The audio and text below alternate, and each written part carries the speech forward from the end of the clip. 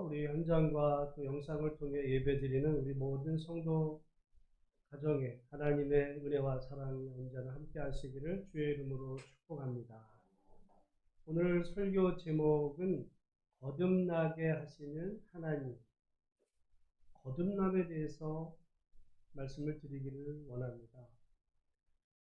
우리가 요한복음에 보면 유대인의 종교 지도자였던 니고데모가 예수님에게 이제 찾아왔을 때 예수님이 물과 성령으로 거듭나지 아니하면 하나님의 나라를 볼 수 없다. 그런데 그 예수님의 말씀을 들었던 유대인의 종교 지도자는 아니 사람이 나서 이렇게 장성했는데 늙었는데 어쩐 내가 다시 엄마의 태중으로 들어갈 수 있습니까?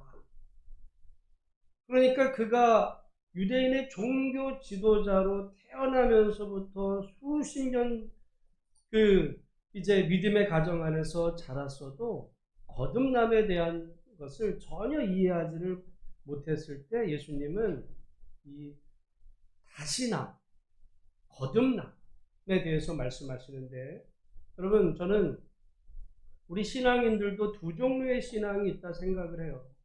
우리가 기독교를 믿지만 기독교를 종교로 믿는 분들이 있고 기독교를 예수님의 십자가의 도를 따르는 길로서 예수님을 믿는 길이 다를 수 있습니다. 그럼 모든 종교는요, 그 안에 다 기복적인 요소가 있어요. 왜 어떤 사람이 절에를 가고 어떤 사람이 점집회를 가고 어떤 사람이 뭐 다른 종교를 믿어요? 다 복을 받을, 자기가 원하는 복이 있어요. 어떤 문제가 있어요. 그 문제를 해결받기 위해서 어떤 자기의 힘 외에 어떤 그 외적인 신의 도움으로 자기의 문제를 해결받기 위한 방법으로서 사람들은 종교를 택하죠. 기독교를 믿는 분들 가운데도 그런 분들이 있을 수 있습니다. 그런데 예수님은 기독교 또는 유대교 어떤 종교의 길거보다 내가 나를 따라오려거든 자기의 십자가를 지고 나를 따르라. 그리고 그 길은 다른 것이 아니라 바로 거듭남의 길. 거듭난다는 것은 일반적으로는 다시 난다라는 의미도 되지만 위로부터 나는 겁니다. 위로부터 나는 것은 세상에서의 삶과 하나님의 나라의 방식이 다른 거예요. 여러분, 우리가 종교로서의 기독교를 믿으면 하나님에 대해서 굳이 그렇게 열심히 어떤 하나님을 닮아간다든지 십자가의 길을 따르는 것에 대해서 생각하려 하지 않아요. 그냥 예수 믿으면 복을 받아서 세상에서 행복하고 건강하게 평안하게 문제없이 살아가는 어떤 그런 복받은 삶, 그러니까 세상에서 더 많은 것, 이제까지 내가 누린 것보다도 예수를 통해서 더 많이 더 크고 더 넓게 누리는 그런 좋은 길로서의 예수님을 믿는 그런 종교로서의 기독교를 택할 수도 있어요. 그러나 거듭남의 길은 하나님의 방식으로의 바뀜입니다. 그래서 이제까지 내가 세상에서 좋아하던 것들을 이제 하나님 앞에서 두 번째로 여기고 이 세상에서 내가 섬기던 것을 하나님만이 나 인생의 주인으로 모시면서 하나님이 내게 주셨던 그 모든 것들은 하나님보다 두 번째입니다. 그래서 우리가 세상을 살아갈 때도 가장 우선적으로 하나님을 택하고 하나님의 닮아가는 것을 소망하는 어떤 그런 믿음의 삶의 방식을 성경에서는 거듭납니다. 사실은요, 우리가 세례라는 것도 본래는 거듭난다는 그 사람의 거듭난 것의 외적인 표식으로서 세례를 준 거예요. 그냥 교회 다닌 지 뭐 6개월 되면 학습 주고 1년 되면은 세례 주는 그런 인식이 아니라 본래는 그 사람이 이때까지는 내가 이 세상 것을 사랑하고 이 세상을 위해서 살았던 삶이지만 이제부터는 내가 정말 주님을 내 인생의 주인으로 모시고 내가 하나님의 백성으로 하나님을 닮은 삶을 내가 살겠습니다.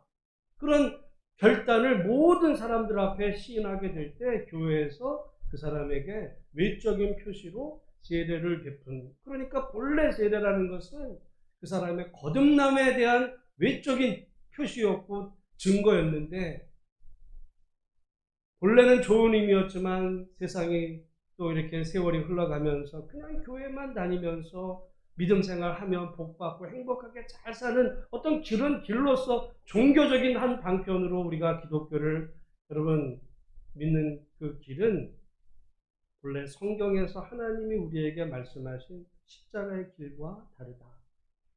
하나님은요, 우리가 이 세상에서 복을 받은 그런 삶을 사는 것보다는 우리가 비록 이 땅에 살지만 우리를 하나님의 백성으로 살기를, 우리가 하나님의 자녀답게 살기를 하나님이 원하신다는 사실을 이 시간에 기억하는 우리 한 사람 한 사람이 되기를 주님의 이름으로 축복합니다.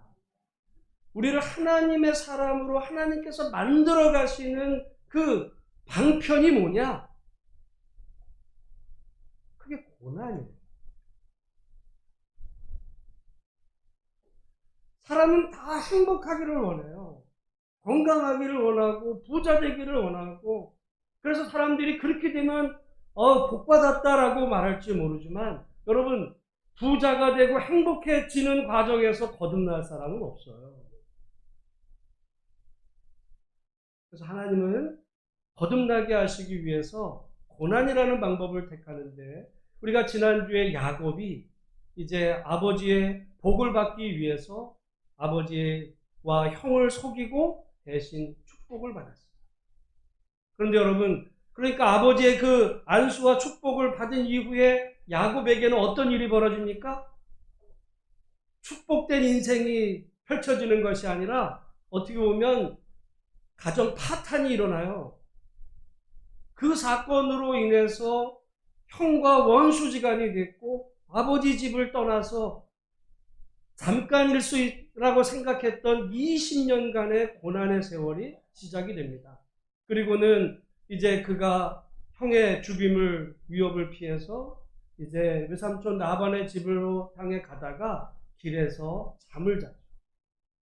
뭐 오늘 무슨 여행길을 떠나는 게 아닙니다. 언제 돌아올지 모르는, 그리고 그 길에서 어떤 일을 당할지도 모르는 그런 상황 가운데 돌베개를 베고 그가 잠을 잤을 때, 여러분, 그는 모든 것을 다 잃은 거예요.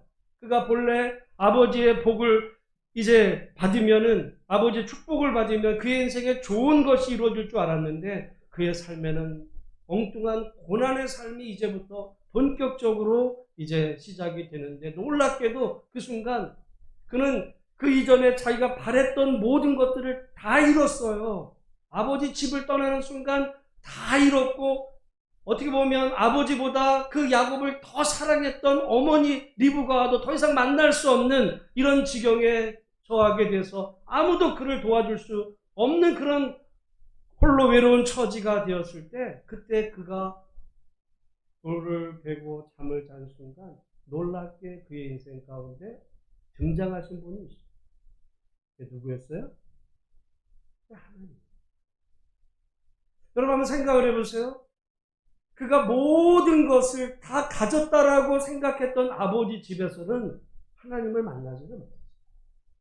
그러나 그가 모든 것을 다 잃었다고 생각한 그 순간, 아무도 그를 도울 수 없는 그 절박한 상황 가운데 지쳐 잠을 잔 그 순간, 그의 꿈속에 그의 하나님이 나타나셔서 그를 만나주셨고, 나는 너의 조상 아브라함 이삭의 하나님만이 아니라 나는 너의 하나님이고 이제부터 내가 너와 언제나 함께 할 것이다 라고 하시는 그 하나님을 만나는 놀라운 축복. 여러분, 그 순간 야곱이 거듭난 게 아니에요.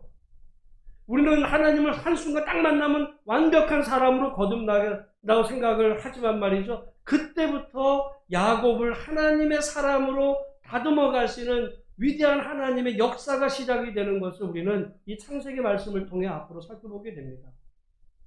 그러다가 나중에 20년의 그 고생하다가 결국 이제 자기의 처자식을 다 이끌고 20년 만에 형 또 아버지의 집으로 오던 길에 놀랍게도 그 형이 400명 그 장정들을 이끌고 이제 야곱을 잡으러 오는 줄로 알고 야곱은 약복강에서 그 절박함 가운데 부르짖다가 하나님을 만나는 놀라운 사건을 우리가 보게 됩니다. 여러분, 우리는 모두가 문제없는 삶을 원해요. 아무도 문제가 있는 고난을 원하는 사람은 아무도 정신 나간 사람이 아니면 고난 원하는 사람이 어디 있겠습니까? 그러나 놀랍게도 하나님은 하나님의 사람으로 거듭나게 하시는 과정 가운데 꼭 하나님께서 쓰시는 수단 중에 하나가 고난이라는 거예요. 여러분, 어떤 사람이 태어나서 육의 삶으로 살다가 세상 사람으로 살다가 문제가 없는데, 아무런 문제가 없는데 그 사람이 예수를 영접할 사람은 세상에 단 한 사람도 없어요. 내 인생에 문제가 없고 아쉬운 게 없고 불편한 게 없는데 왜 굳이 시간을 내서 하나님을 믿고 신앙생활을 해야 되고 시간을 들이고 물질을 들이고 그분을 향해서 내 삶을 드리는 왜 쓸데없는 일을 택하겠습니까? 그런데 놀랍게도 하나님은 어떤 사람의 인생 가운데 그 사람이 정말 절망의 구렁텅이 안에 빠지게 되어서 세상에 그 누구도 도울 수 없는 그런 지경이 되어서 어떤 실존의 한계에 부딪히게 되었을 때 오히려 하나님은 그에게 다가오시되 때로는 어떤 사람을 통해서 다가오시기도 하고 오늘 지난주에 봤던 야곱은 아무도 그와 함께하고 할 수 없었을 꿈속에서라도 여러 가지 방식을 통해 그에게 나타나셔서 그에게 말씀해 주시고 그를 만나 주시고 그와 함께 하신다라고 하시는 그 놀라운 위로의 말씀을 하시고 실제로 그의 인생길 가운데 동행하심으로 그를 하나님의 사람으로 다듬어 가시는 하나님의 그 위대한 역사가 시작이 되는 것을 우리는 성경을 통해 확인하게 되는 거죠. 여러분, 그런 의미에서 보면 오늘 우리가 고난은 원하지 않지만 혹시라도 우리 인생길에 뜻하지 않은 고난이 우리의 삶에 오게 되는 순간이 있다면 그 고난 속에서도 정말 내가 세상에서 의지했던 것들이 끊어지는 순간의 아픔들이 있어요. 고난이라는 거는 내가 좋아했던 거, 내가 기대했던 거, 내가 바랬던 것들이 하나씩 끊어지는 아픔이잖아요. 그러나 그 아픔 속에 내가 아프지만, 그래서 누구도 위로할 수 없지만, 그러나 그때 하나님은 우리에게 가장 가깝게, 가장 깊숙이 우리 삶 가운데 오셔서 내가 너를 사랑하고 내가 너와 함께하고 내가 너와 영원히 너의 편이 되어주실 것이다라고 약속하시고 말씀하시는 그 하나님을 만나는 은혜가 있기를 주의 이름으로 축복합니다. 그래서 성경은 고난은요, 하나님의 때로는 우리를 사랑하시는 하나님이 얼마나 우리를 사랑하시는지에 대한 하나님의 확성기라고 그랬어요. 그냥 이렇게 속삭여서는 못 알아들으니까 고난이라는 방식을 통해서 여러분 확성기 하시잖아요. 소리를 하나님께서 우리에게 줍니다. 내가 너를 사랑해. 여러분, 야곱의 인생길 가운데 그를 만나서 그를 하나님의 사람으로 다듬어 가셔서 마침내 이스라엘 민족의 조상으로 세우시는 하나님의 그 위대한 역사 앞에 정말 오늘 우리를 하나님께서 만나 주시기를 간절히 갈망하는 우리 한 분 한 분들이 되기를 주의 이름으로 축복합니다. 이제 그 야곱이 꿈속에서 하나님을 만나고 길을 떠나게 되었을 때 오늘 본문의 이야기가 이제 시작이 되면서 야곱은 라헬을 만났죠. 라헬에게 자기 자초지종을 이야기하고 외삼촌 라반에게 가서 이제까지의 자기 모든 일을 이야기하면서 결국 라헬과 결혼하고 하는 오늘 사건의 말씀이 진행이 됩니다. 여러분, 그런데 우리가 오늘 본문의 말씀을 보지만은 이 야곱이 이제 자기가 사랑했던 라헬과 결혼한 줄로 알았는데 아침에 일어나서 보니까 자기 아내가 된 사람이 라헬이었어요? 아니었어요? 누구였어요? 레아였어요. 자매가 있었는데 언니가 레아고 여동생이 라헬입니다. 그러니까 야곱은 동생 라헬을 사랑했는데 아침에 일어나 보니까 레아 떠가지고 오늘 성경의 말씀에 보면 이제 야곱이 가서 외삼촌에게 따지죠. 따지죠. 그래서 25절 하반절에 보면 외삼촌이 나를 속이심은 어찌 됨이니까? 왜 나를 속였어요? 그렇게 얘기를 하니까 라반이 뭐라 그래요? 언니보다 아우를 먼저 주는 것은 우리 지방에서 하지 아니하는 바이라. 여러분, 이것은 어떻게 보면 우리나라도 그래요. 옛날에 가정 안에서 말이죠. 뭐 형 동생도 마찬가지고 언니 동생도 마찬가지. 여러분, 먼저 언니가 결혼을 먼저 해야 돼요. 아래 동생이 먼저 결혼해야 돼요. 요즘에야 결혼 그냥 되는 애 빨리 가면 뭐 좋겠다고 얘기할 줄 모르죠. 우리 옛날만 해도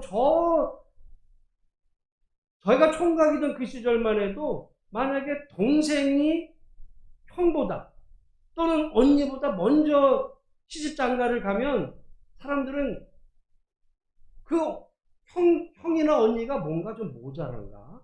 이런 생각 속에 반드시 동생보다 형이 먼저 가고 하는 그것이 우리나라에도 있어서 여기만의 그 문제가 아니라, 그런데 어쨌든 그 문화 속에 언니가 아우보다 먼저 결혼하는 것이 마땅하다면 사실은 이게 이제 어떻게 했어야 되냐면 먼저 얘기를 했어야죠. 이 말을 먼저 얘기를 했으면 되는데, 이 라반이 이제 라헬을 놓고 대신 레아를 넣어놓고 정말 황당한 이런 일이 벌어지는데 말이죠. 그러니까 외삼촌 라반이 자기의 조카이자 사위인 야곱을 어떻게 한 거예요?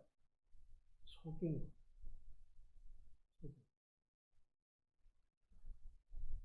성경에는 이야기만 나왔지만 유대인의 전승에는 이렇게 나오는 기록이 있대요. 뭐냐면, 그러니까 그 밤에 야곱이 그 자기 아내에게 이제 부른 거예요. 라헬. 그럼 그러겠죠. 뭐 누구시라고 부를 수 있잖아요. 라헬이라고, 당연히 라헬이라고 불렀더니 이 레아가 이제 네 그러고 대답을 한 거야. 라헬 그랬더니 레아가 네. 왜 그러세요? 몇 번을 그렇게 아무래도 이상하겠죠, 느낌이. 그래서 그렇게 했는데, 그랬더니 아침이 되어서 야곱이 보니까 이거는 라헬이 아니라 레아였네. 그래서 이제 물은 거예요. 아니, 밤에 왜 내가 불렀는데 당신이 라헬이 아니면서 왜 그렇게 대답을 했냐. 물으니까 그 레아가 이렇게 말했죠. 당신이 말하지 않았냐. 당신이 아버지 집에 있을 때 그 아버지 이삭이 에서야 하고 부를 때 당신이 에서가 아닌데 네, 왜 그러세요 아버지? 그럼 대답하지 않았냐고.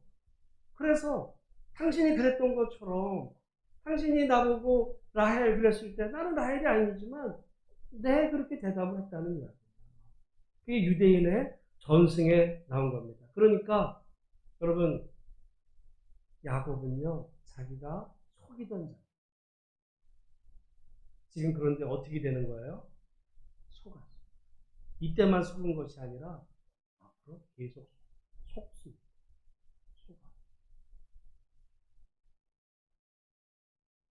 나중에는 거의 20년을 거의 그 종놈처럼 일을 해야 했고, 사실은 한 푼도 못 가지게 하려고 그 세월을 고생하게 했고, 나중에는 누구에게까지 속냐면 자기 자식들에게까지 속아요.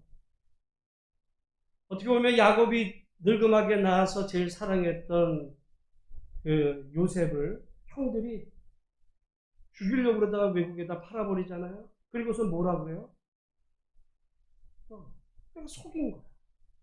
평생 속이는 거야. 그러니까 어떻게 보면 야곱은 본래 그가 속이던 자였는데 그 이후부터 이제 속임을 당하는 그런 사람으로 그의 고난의 이제 시작이 여러분 되는 것을 보게 되는데, 어떻게 보면 지금 야곱에 당하는 그러니까 고난이 억울한 거예요? 아니면 그가 자초한 거예요? 야곱이 왜 나를 속였냐라고 그럴 때 억울하겠어요. 자기 죄값을 지금 치르는. 여러분, 고난에는 두 종류의 고난이 있어요. 하나는 말하자면 억울한 고난. 하나는 자초한 고난. 억울한 건 뭐냐면 내가 그런 고난을 당할 이유가 없는데 당하는 고난이 있어요. 그런데 자초한 고난도 있어요. 그가 그렇게 살았기 때문에 당하는 고난이 있어요. 요즘 사실 우리 한국 현대인들 가운데 폐암이 많아요. 근데 어떤 분들 가운데는 평생 담배 한 번도 안 폈는데 어떤 분은 폐암에 걸려. 근데 어떤 사람은 평생 담배를 폈는데도 폐암에 안 걸려. 그러니까 어떤 사람들 가운데는요, 내가 그 일을 하지 않았는데도 어떤 고난이 오기도 하고, 그런데 어떤 사람은 그 일을 하지 했기 때문에 또는 당하는 어떤 이런 고난이 있는데, 여러분, 성경에 보면 이게 두 개가 다 있어요. 그러니까 대표적으로 어떤 그 고난을 당할 만한 일을 하지 않았는데 고난당한 대표적인 사람이 누구냐면 욥입니다. 어찌 보면 성경에서 정말 욥만큼 고난을 당한 사람이 없잖아요. 자식들이 한순간에 다 죽어, 그 순간에 전 재산을 다 잃어, 자기의 건강도 이제 죽을 병에 걸려, 그리고 자기가 제일 의지하고 살아겠던 친구들도 다 떠나, 한순간에 정말 쫄딱 망하게 된 그 순간, 그래서 욥의 친구들은 욥이 그런 고난을 당할 때 뭐라 그래? 네가 죄를 져서 그렇게 고난을 당하는 거야. 근데 우리는 성경을 통해 보지만 욥은 그런 고난을 당할 만한 죄를 진 적이 없어요. 여러분, 성경에는 그런 억울하게 생각할 만한 고난이 있죠. 대표적으로 욥을 얘기했지만 다윗도 그래요. 다윗이 수십 년간 그 사울의 추격을 피해서 도망자 생활을 할 때 다윗이 그런 고난을 당해야 될 만한 무슨 죄를 져서 그랬던 게 아니에요. 그런데 모든 경우가 다 그러지는 않습니다. 다윗도 말이죠. 다윗의 인생은 크게 전반부와 후반부로 나뉘는 중에 전반부의 그 다윗의 고난은요, 억울한 고난이에요. 그런데 후반부의 고난이 있어요. 그 후반부의 고난은 자초한 고난이에요. 특별히 밧세바의 사건 이후에 다윗의 인생 후반은요, 고난의 연속이에요. 억울한 게 아니에요. 자초했어요. 그의 죄값을 치르는 과정. 물론 밧세바의 사이에 태어난 그 아이 하나 죽음 말고요. 그 관계 속에서 얽히고 섞여서 아들이 아버지를 죽이겠다고 반란을 일으키고 하는, 형제가 형제를 죽이는 이런 비극적인 사건의 연속은요, 그건 자초한 고난이에요. 억울하다고 변명할 수도 없어요. 여러분, 그런데 사람은 우리들의 인생길 가운데 자초한 고난도 있고 때로는 억울한 고난이 있는데 자기는 다 어떤 고난이라고 생각해요? 내게 고난이 오는 거는 다 억울해. 근데 다른 사람이 고난당하는 걸 보면 뭔 문제를 그렇게 일으켰으니까 지가 고난을 당하겠지. 사람은 항상 이기적이라 자기의 고난은 억울한 고난이고 다른 사람의 고난은 뭔가 죄값을 치르는 거겠지, 이렇게 생각을 한단 말이죠. 사실은 성경적으로 보면 반대로 생각을 해야 돼요. 내게 고난이 오면 혹시 내 삶 속에 하나님이 의도하시지 않은 뭔가 문제가 있지 않았는가 자신을 돌아보고 점검하면서 정말 하나님의 사람으로 자신을 세워가는 노력을 해야 되고, 다른 사람의 고난을 보면 저게 뭐 문제가 있으니까 그러겠지라고 정죄하는 것이 아니라 그 사람의 그 고난 속에 같이 손잡아주고 위에서 기도하고 그 사람이 힘을 내도록 붙잡아주는 그 일을 해야 되는데 사람은 다 죄성이 있어서 항상 반대로 한단 말이죠. 여러분, 오늘 본문에 나오는 그 야곱이 원래 그 집에서 형과 또 아버지를 속였던 그 죄값을 치르는 과정이라고도 물론 볼 수도 있어요. 그러니까 우리는 사람들 뭐 당하는 게 싸, 이렇게 말할지 모르지만 여러분, 그런데 저는 이 모든 과정 위에 있는 하나님은 과연 어떤 의도로 야곱의 이런 고난을 바라보실까? 우리들의 삶이나 또는 우리들의 인생길에 당하는 모든 고난, 그것이 자초했든 또는 억울한 고난이든 애매한 고난이든 상관없이 그 고난 너머에 계신 하나님은 우리들이 당하는 고난을 어떤 마음으로 바라보고 계실까? 그게 사실 중요하잖아요.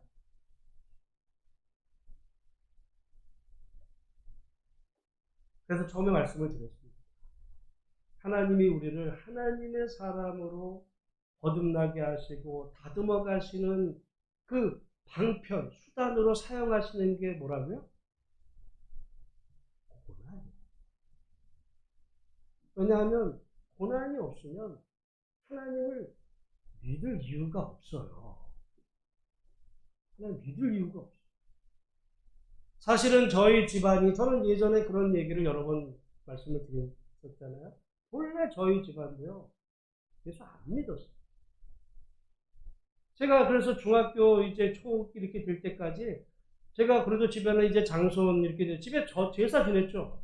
그래서 제사 지내면 내가 이제 제사를 내가 맡아야 되는데 어떻게 제사를 지낼까? 제가 옆에서 그거 보고 이제 하려고 그런 준비까지 초등학교 이럴 때요. 그러다가 저희 아버지가 당시에 이제 병에 걸리게 되면서 사실은 그때 교회로 돌아오는, 그리고 그 결과로 제가 목사까지 된 과정에 문제가 없었으면 교회 안 다녔어요. 네. 여러분도 한번 생각해요. 여러분이 어떻게 신앙생활을 하게 된 배경 속에 아무 문제가 없는데 예수님이 너무 좋아. 물론 어떤 사람들 가운데는 말이죠. 어린 시절 교회 갔더니 뭐 교회에서 초코파이 주더라. 저도 사실은 어린 시절에 초코파이 받으러 교회를 1년에 한두 번 갔던 그런 기억들은 있어요. 물론 그것이 어떤 거기서 사람을 만나게 되고 그래서 그런 사람은 다시 한번 생각해 봐야 됩니다. 그건 종교로서의 하나님 믿을 수 있어요. 교회 갔더니 초코파이도 줘. 교회 갔더니 뭐 친구도 만나. 교회 갔더니 좋네. 남자도 만나. 옛날 그래서 여러분 교회를 무슨 연애하러 교회 다닌다 이런 얘기도 들 만큼 그래서 교회 다니는 게 안 다니는 것보다 나아. 물론 그렇게 해서 하나님을 정말 제가 볼 때는 믿는 품 안에 있지만 그 사람의 그 믿음이 진짜인지를 검사하는 하나님의 방식은 그에게서 그가 의지했던 거를 쓸어가.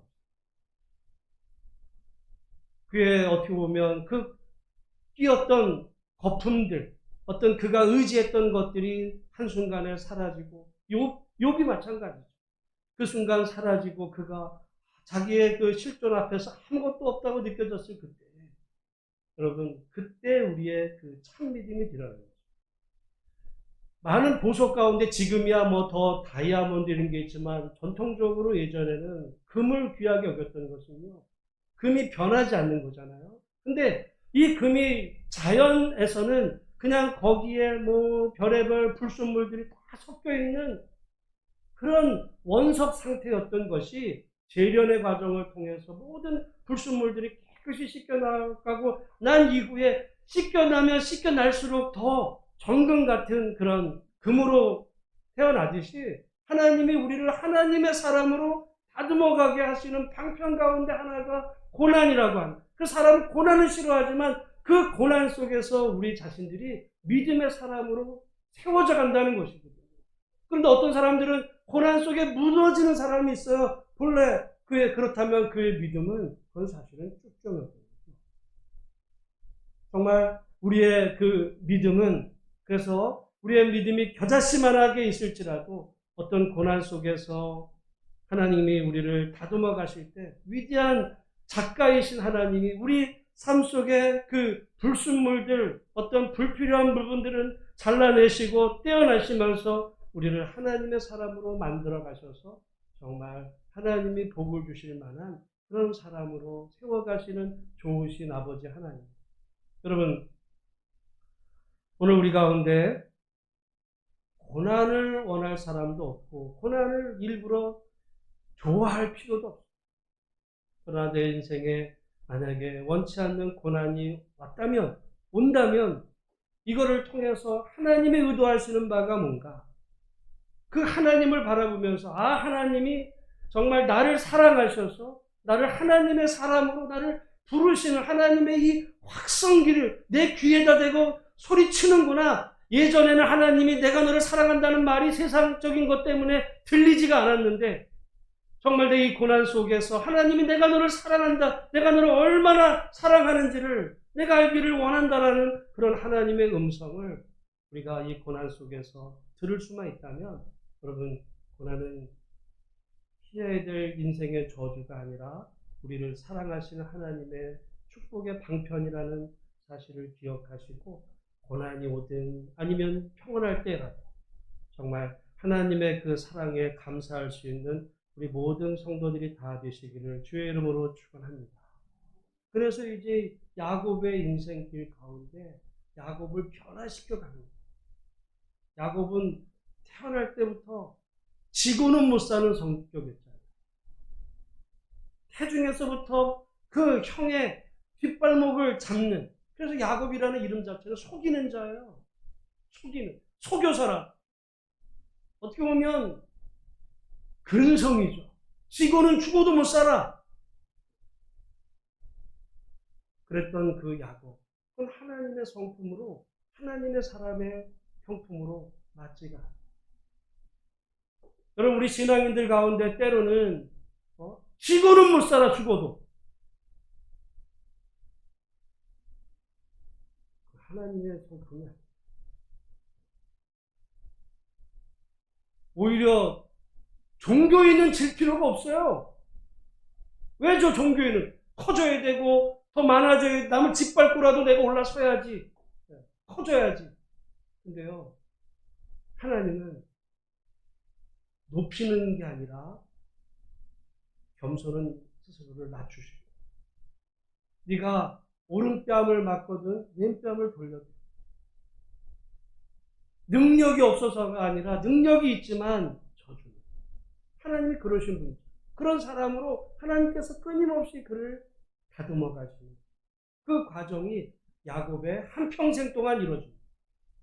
왜 이 야곱을 어떻게 보면 인간적으로 보면 고난의 연속이지만 하나님의 편에서 보면 야곱을 다듬어 가시는, 야곱을 정말 귀한 작품으로 만들어내기 위해서. 여러분, 우리의 인생은 어떻게 보면 하나의 작품이라고도 볼 수 있어요.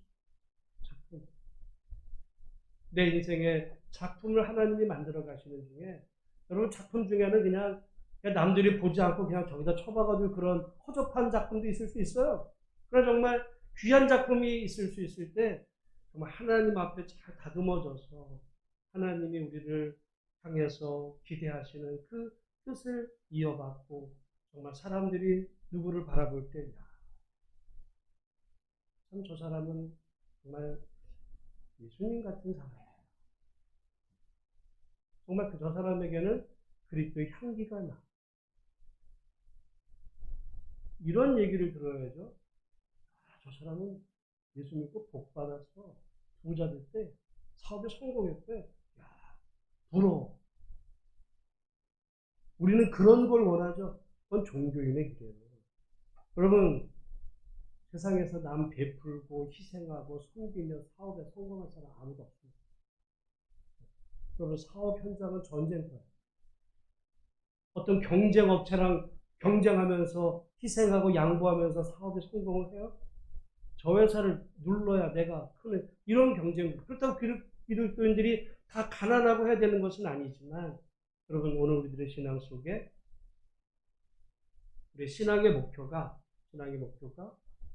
어떤 세상적인 부와 명예, 성공이 아니라 정말 하나님을 닮아가는 하나님, 인격, 거듭나는 그런 사람. 나머지는 다 도움이. 여러분, 우리가 어떤 때는 건강 관리 열심히 한다고 해서, 물론 건강 관리 해야 되지만 말이죠. 어떤 사람은 건강 관리 자기 열심히 했는데 뜻하지 않게 어려움이 당하는 경우도 있어요. 새벽부터 열심히 내가 땀 흘려 돈 모아서 잘 살아야지라고 했는데 뜻하지 않게 어려움 당하는 경우도 있어요. 근데 베풀고 나누며 은혜 가운데 살았는데 하나님이 되게 복을 주셔서 잘 되게 하시는 그 복이 있다.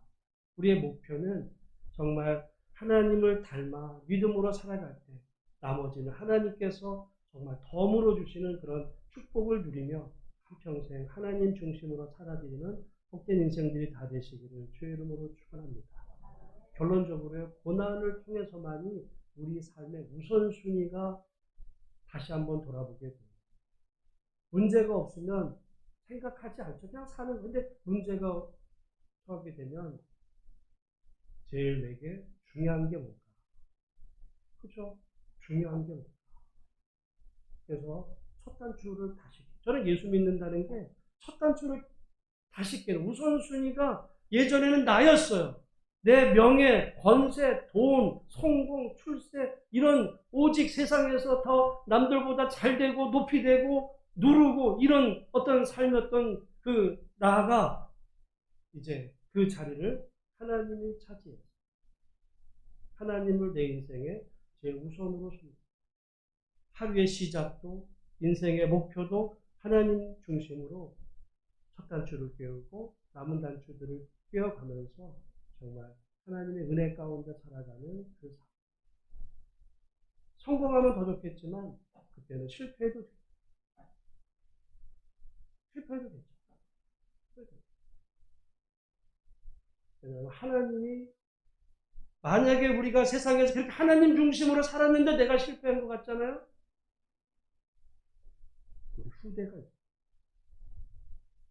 여러분 하나님이 당대에만 복을 주시고 후대에는 복을 끊으시는 분이 아니라 우리는 많은 어떤 간증을 통해서 어떤 분이 당대 그렇게 고생하며 하나님 중심으로 살았는데 그때는 너무 어려웠어. 근데 보니까 자식들은 그냥 잘 돼. 왜 저 집은 저렇게 잘 될까? 자식들 보니까 그 부모가 그렇게 살았던 경우가 있더라. 그렇잖아요. 여러분 오늘 그런 의미에서 정말 하나님은 우리에게 항상 좋은 것을 주시는 하나님이신 걸로 알아서 한평생 하나님 중심으로 잘 섬기며 믿음으로 살아드리는 복된 우리 성도들 다 되시기를 주의 이름으로 축복합니다. 기도하겠습니다. 하나님 아버지 감사합니다. 오늘 야곱의 이야기를 보며 야곱이 형과 아버지를 속였던 그 벌을 받느라 외삼촌과 아내에게 속임을 당하지만